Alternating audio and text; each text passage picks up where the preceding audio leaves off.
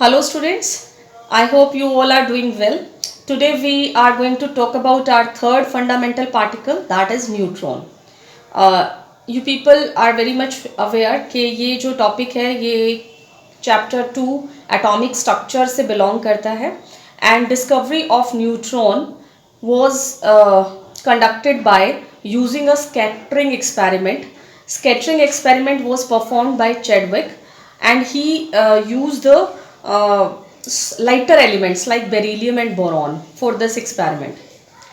Chadwick ने जो है न्यूट्रॉन की डिस्कवरी के लिए एक स्पेशल एक्सपेरिमेंट परफॉर्म किया जिस एक्सपेरिमेंट को हम स्कैटरिंग एक्सपेरिमेंट कहते हैं बट इधर जो है चैडविक ने सिर्फ अल्फ़ा पार्टिकल्स को लिया और उनको बम्बार्ड किया with the lighter elements like beryllium which is represented by Be and boron which is represented by capital B. Chadwick observed that there are some particles which carries no charge. ठीक है, यानी कि कुछ ऐसे particles हैं जिसके अंदर कोई भी चार्ज नहीं है and he termed those particle as neutron.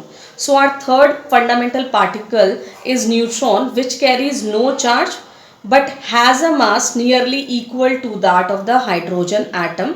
And last lecture में मैंने आपको बताया कि हाइड्रोजन एटम का मास प्रोटॉन के इक्वल होता है, तो यानी कि न्यूट्रॉन का मास प्रोटॉन के इक्वल ही होता है. ओके, तो ये एक्सपेरिमेंट बेसिकली अल्फ़ा पार्टिकल्स के साथ हुआ और आप लोगों को पता है कि alpha particle positively charge particles होते हैं, मतलब कि अल्फ़ा पार्टिकल कॉन्स्टिट्यूटेड होते हैं बाय द प्रोटॉन. ये डायग्राम हमें ड्रॉ करना है. इसमें हमने समझाया है कि सोर्स ऑफ अल्फ़ा पार्टिकल लिया हमने. अभी मैंने बताया कि alpha particles positively charge particles हैं और हमने लाइटर एलिमेंट चुना है यहाँ पे बेरिलियम. बेरिलियम को ही हम Be से रिप्रेजेंट करते हैं, सिंबल है बेरिलियम का. तो हम देखते हैं कि there are some particles which are neutrons means which are neutral and they carries no charge.